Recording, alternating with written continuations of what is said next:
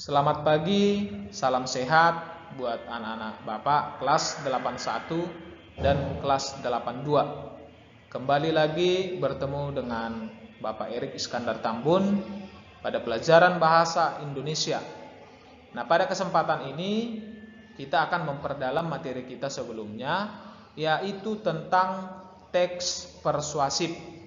Untuk mempersingkat waktu, mari kita langsung kepada pembahasan materi. Yang akan kita pelajari yakni tentang karakteristik dari teks persuasif. Sebenarnya pada pertemuan pertama kita sudah membahas apa itu ciri-ciri dari teks persuasi itu. Namun ada karakter yang lain yang perlu anak-anak kami pahami. Ya, ada ciri-ciri tambahannya. Karakteristik yang pertama itu adalah adanya penggunaan kata bujukan.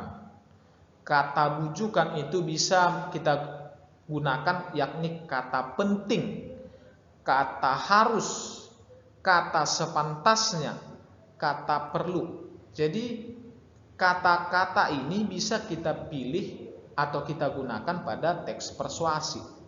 Nah, secara tidak langsung kata-kata ini kita pakai untuk membujuk, ya. Yang kedua, adanya penggunaan kata kerja imperatif atau kata perintah, kata kerja perintah. Bisa berupa jadikanlah, hendaknya, waspadalah, hindari. Ingat bahwa kata kerja imperatif ini bisa berupa ajakan, bisa berupa perintah, ya, bisa berupa larangan. Nah, banyak. Yang ketiga, adanya penggunaan kata-kata teknis atau istilah-istilah yang berkenaan dengan topik yang dibahas. Disebut kata-kata teknis berarti kata-kata yang mengandung arti secara khusus atau istilah-istilah lain.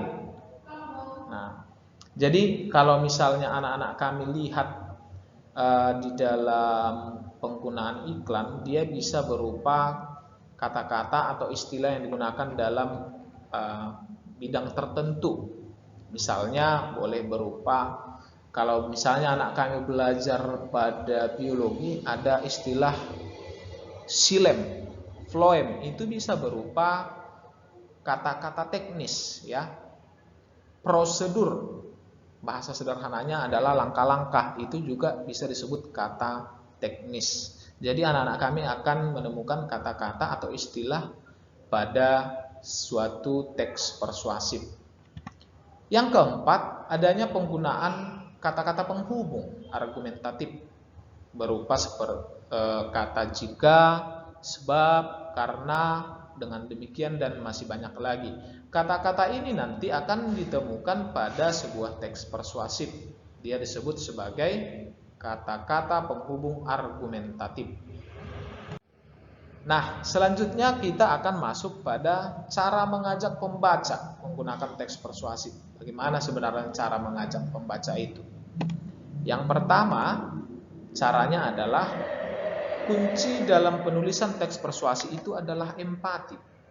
Bagaimana kita bisa memahami bagaimana targetnya. Targetnya itu siapa? Orang yang membaca. Bagaimana kita bisa memahami atau masuk ke dalam apa yang mereka mau. Itu. Jadi kita mampu mengenal, memahami apa yang mereka mau. Jadi teks persuasi itu bisa mempengaruhi, bisa mengajak, serta mengetahui apa sebenarnya yang mereka mau. Yang kedua, fokus pada audiens, bukan pada lawan.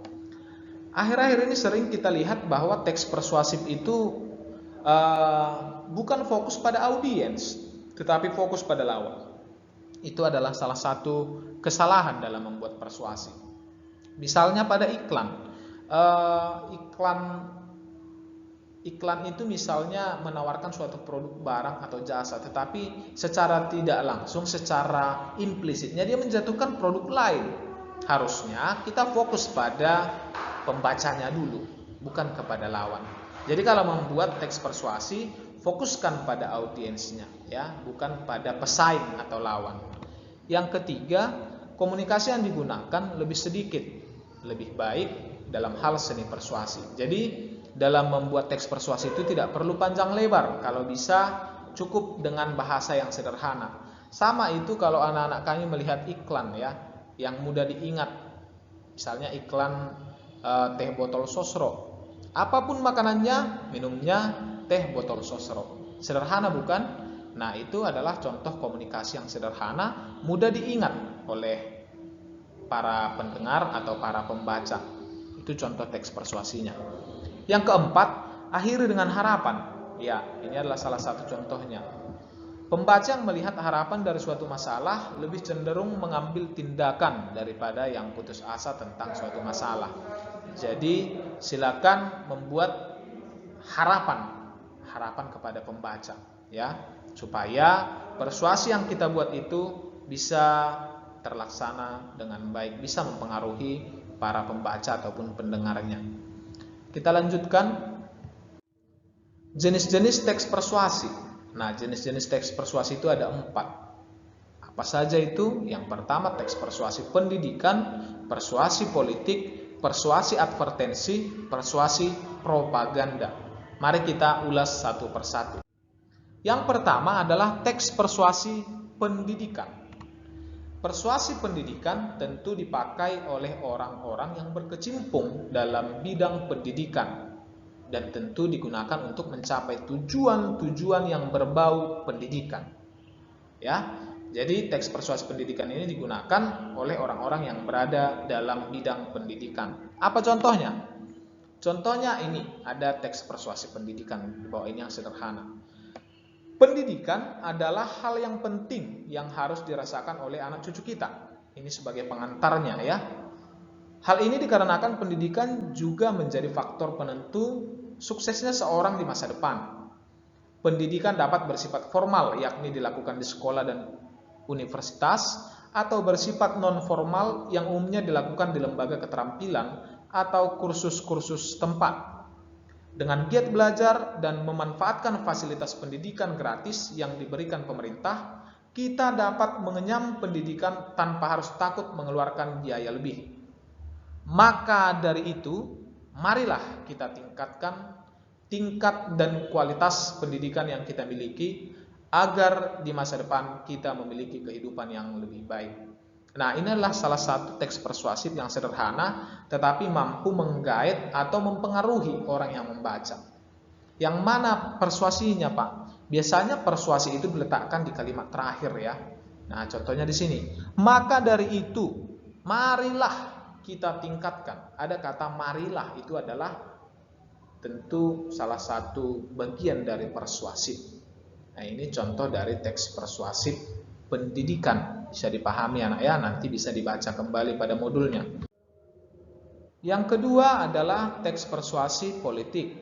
Nah, teks persuasi politik ini adalah teks persuasi yang dipakai oleh orang-orang yang berkecimpung di dalam bidang politik ataupun kenegaraan. Contohnya, nih bisa kita lihat. Tidak lama lagi kita akan menggelar pesta pemilihan presiden 2019.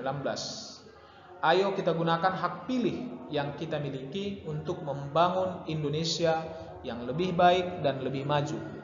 Jangan sampai hak pilih yang kita miliki terbuang sia-sia, bahkan dimanfaatkan oleh oknum yang tidak bertanggung jawab untuk kepentingan lain. Oleh karena itu, teman-teman, saudara, sebangsa, dan setanah air, mari kita gunakan hak pilih kita untuk memilih presiden dengan benar.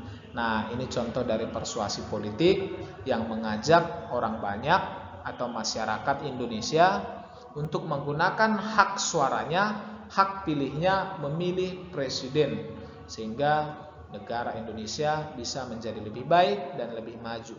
Jadi persuasi politik yang digunakan ini hanya untuk mengajak masyarakat luas untuk menggunakan hak pilihnya dengan benar, ya. Nah, selanjutnya anak-anak kami masuk kepada sesi penugasan. Tugasnya adalah setelah kamu membaca teks persuasi di atas maksudnya tadi teks persuasi pendidikan dan persuasi politik, carilah masing-masing satu contoh, yakni teks persuasi pendidikan dan politik yang kamu temukan dari internet, koran dan sebagainya. Jadi boleh dari media massa lainnya. Kemudian tempelkan di kertas HPS atau double folio. Jadi kalau biasanya anak-anak kami mengumpulkan tugas di kertas double folio, silakan cari teks persuasi pendidikan dan teks persuasi politik. Tempelkanlah teks persuasi yang kamu temukan itu, yang dari koran ataupun dari internet atau media massa lainnya, tempelkanlah ke dalam kertas double foliomu atau kertas HPSmu. Jadi itu saja yang menjadi tugas anak-anak kami. Bisa dikatakan sederhana, tetapi tolong dikerjakan dengan baik. Sampai di sini pertemuan kita. Bapak harap anak-anak kami bisa mengerti. Selamat pagi, sampai jumpa pada pertemuan berikutnya.